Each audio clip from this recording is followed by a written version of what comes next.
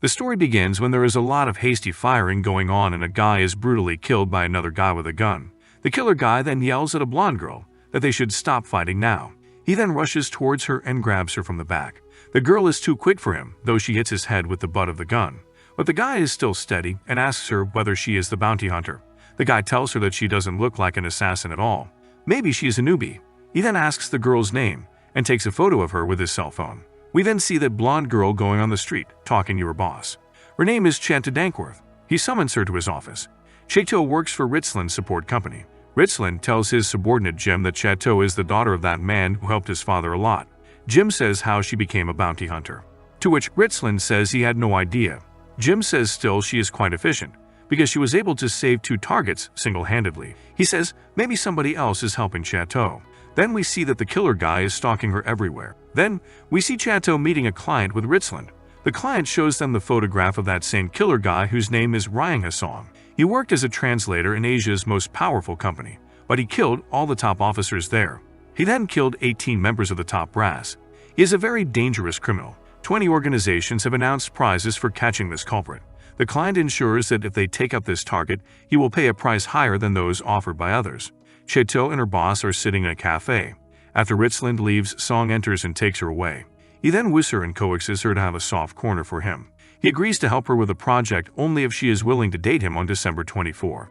In the next scene, we see that Song is targeted for murder, but he is too quick for that. On December 24, Chateau and Song meet, and they both go to a hotel room that is romantically lit. Chateau asks him repetitively why it is always following her, and why he is so intently interested in her. Song shrugs him off. Then we see that Richland sees Chateau with Song. We can see that Song is very much into Chateau. Then we head 17 years back where a car has met with an accident. A little girl is sleeping peacefully in the back seat. Then after a while a police officer asks for details from the frightened child outside the car. Song, after dropping Chateau off the station, is roaming aimlessly. He suddenly realized that he was being stalked. Then the focus shifts to Richland, who is really worried about what Chateau and Song were doing together. Maybe he was mistaken, the girl was not Chateau. He was having wild thoughts about Chateau going solo. Then we see Song directing Chateau to the person whom he killed previously for targeting him. Chateau finds the dead body and his accomplice. Song then reaches the client who has given the job of killing Song to Richland Company. Song kills that person. Then we see Richland calling Chateau and informing her that their client is dead. Then we see the guy who was previously stalking Song. It seems that he is keeping an eye on Chateau as well. So as Chateau is driving the car on the mountain road, that guy follows her on the bike. He then shoots Chateau and also the tire of her car, thus pushing her in a ravine. But Chateau is still alive. Meanwhile, Song is continuously trying to find the whereabouts of Chateau, but no trace of her. He's really worried. The biker guy reaches Chateau and tells her he doesn't understand why a guy like Song is interested in her. He then damages her cell phone and goes away. Song reaches the spot of the mishap and picks Chateau and takes her to a hotel. Meanwhile, Richland and Jim are worried about Chateau's disappearance. When Chateau wakes up, Song asks her about her attacker, to which she replies that he had a tattoo on his left cheek. In the end, we see that a guy with his left cheek covered is muttering to himself that Song has to pay back now or never. Chateau leaves the hotel and calls Richland that she is up and is coming back. Song offers to drop, but Chateau refuses. She gives the message to Song by the biker person. It's payback time, you fraud. Then she goes away. Now we recede 5 years ago, when the biker guy, whose name is Hu, is talking to his colleague Sun Woo. He's upset because a relatively new employee, Ryan Hassan, has been nominated for the executive position. He's really burning with jealousy and hatred. Sun Woo relates the whole situation to Song, who then takes Sun Woo into a room and then shoots him dead. At present, Richland is really worried about Chateau, and he asks her if she has known Song before, to which Chateau doesn't reply. She then heads home and finds Song waiting for her. He invites himself in. He sees a photo of Chateau with her parents on a mantelpiece and inquires about it, to which Chateau retorts that it's none of his business. Chateau warns him that Song shouldn't be roaming freely out there as he has so many enemies. But Song says that they both have enemies and both their lives are in danger. But he thinks that Chateau feels something for him, so she is not using her colleagues to get him caught. Then a voice message is received from Chateau's mom, and she is asking Chateau to visit her on her dad's death anniversary. Song leaves immediately, leaving Chateau to have her own private moments. Chateau is visiting her father's grave near the church. Then we see Richland visiting Chateau's mom, and she says to him that in his childhood he used to come here a lot with his father. Chateau and he were childhood playmates. Then the story shifts to Chateau when a nun comes and invites her inside the church. There's Song waiting for Chateau. Then some goons attack them, but Song wipes them all. Chateau rushes to the grave and there she sees Hu pointing a gun at the nun. Then Chateau attacks him with a stun gun, but it has little effect on him.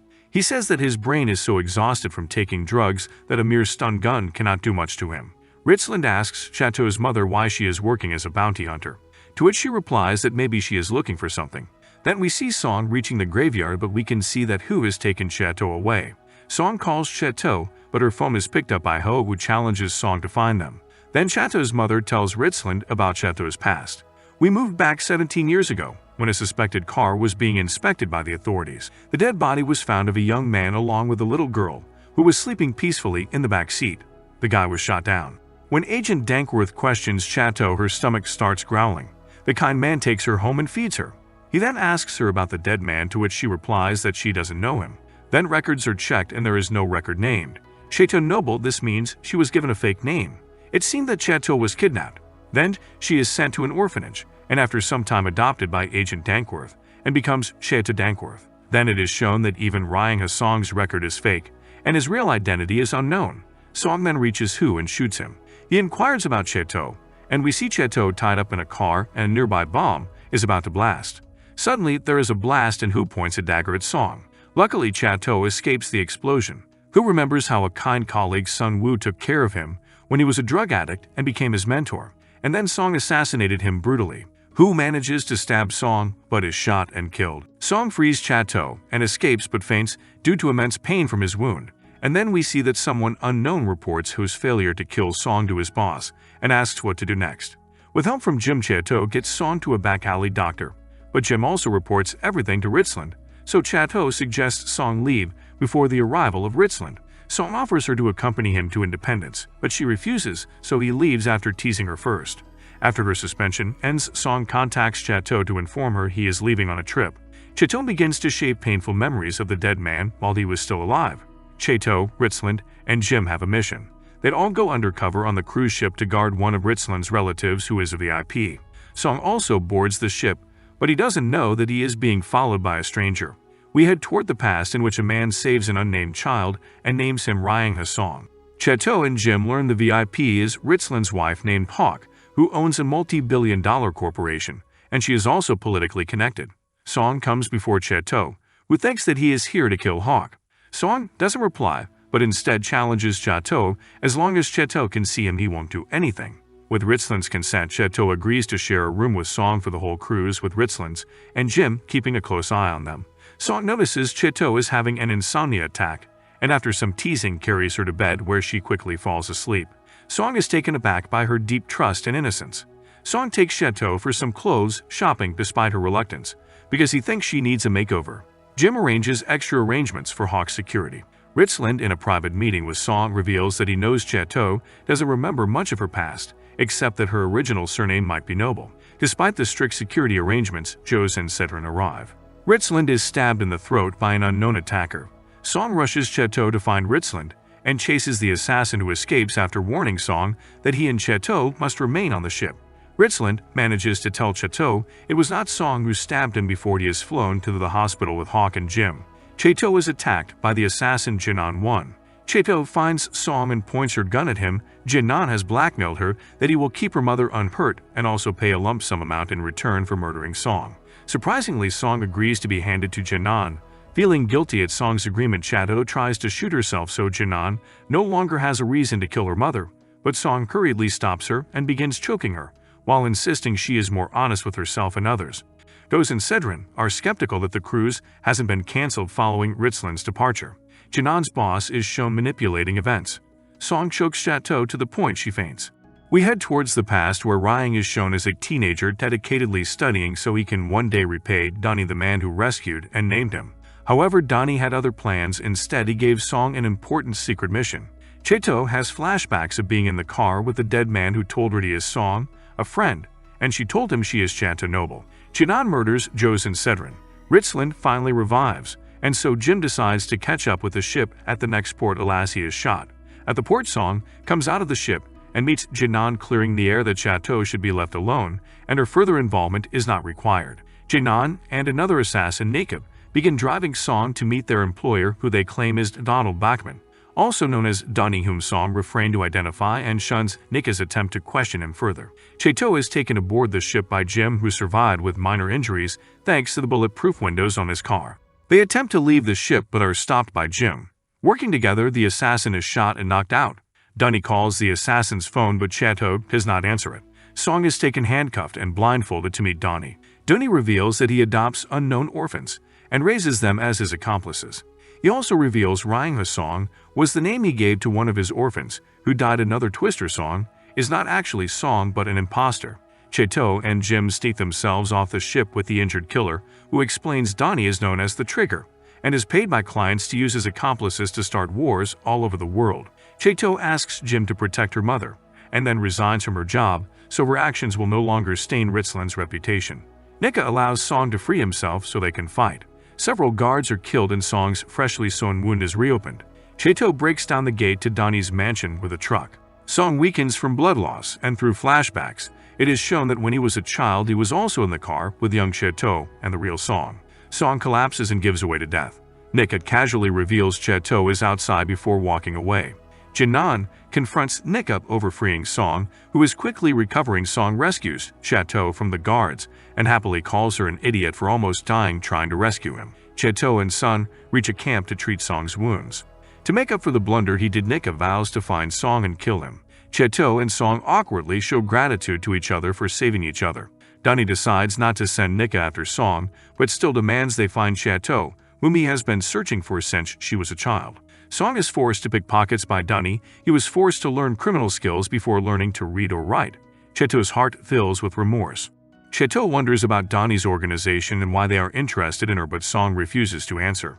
Angry Chateau attempts to leave to find out for herself. Song loses his temper and dares to hurt her to be obedient, but then softens and explains he isn't willing to lose her after he spent so many years trying to find her after losing her the first time.